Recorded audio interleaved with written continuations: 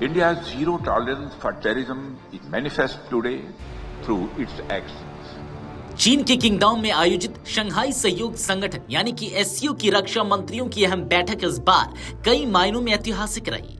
लेकिन सबसे बड़ा संदेश यह गया कि भारत अब आतंकवाद जैसे मुद्दों पर कोई भी समझौता करने को तैयार नहीं है, चाहे मंच अंतर्राष्ट्रीय क्यों ना हो। रक्षा मंत्री राजनाथ सिंह ने एससीओ की साझा घोषणा पर इसलिए हस्ताक्षर करने से साफ इनकार कर दिया क्योंकि उसमें हाल ही में जम्मू कश्मीर के पहलगाम में हुए आतंकी हमले का कोई जिक्र नहीं था, जिसमें 26 निर्दोष लोगों की जान गई थी। नतीजतन इस बार की एससीओ बैठक किसी संयुक्त बयान के बिना ही समाप्त हो गई, जो खुद में एक सफेद झंडे की जगह भारत की लाल रेखा का इशारा है।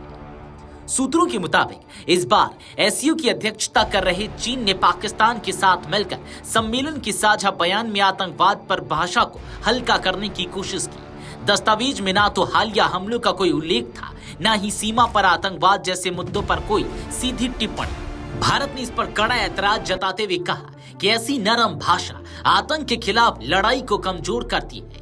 राजनाथ सिंह ने संकेत दिया कि अगर द रेजिस्टेंस फ्रंट और लश्कर ए तैयबा जैसे संगठनों द्वारा किए गए हमलों को नजरअंदाज किया गया तो भारत किसी भी साझा दस्तावेज का हिस्सा नहीं बनेगा।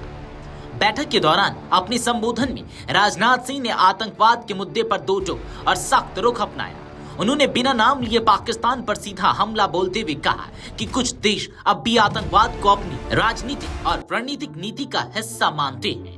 उन्होंने कहा कुछ राष्ट्र सीमा पर आतंकवाद को प्रोत्साहित कर रहे हैं और आतंकवादियों को पनाह दे रहे हैं। ऐसे दोहरे मापदंड अब और बर्दाश्त नहीं किए जाएंगे।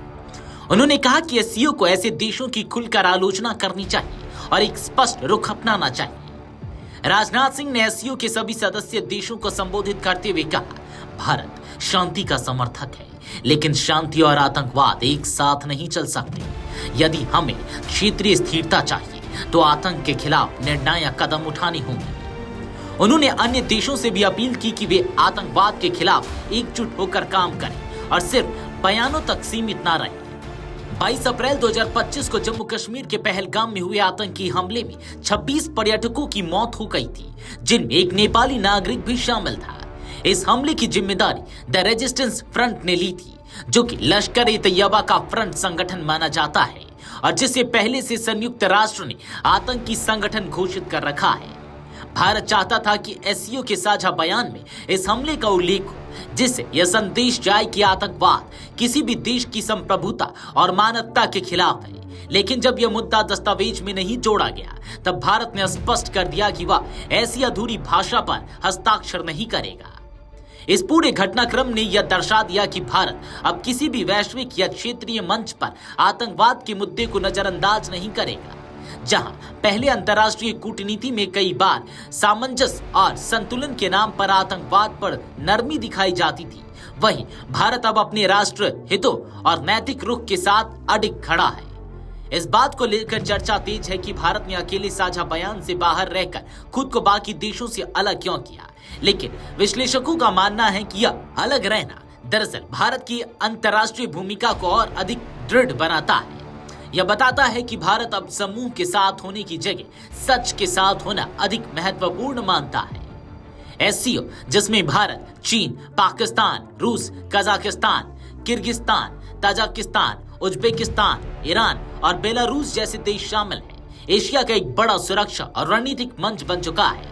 लेकिन जब बात आतंकवाद की आती है तो भारत का यह स्पष्ट स्टैंड बताता है कि वह कूटनीतिक दोस्ती की कीमत पर अपनी सुरक्षा नीति से समझौता नहीं करेगा।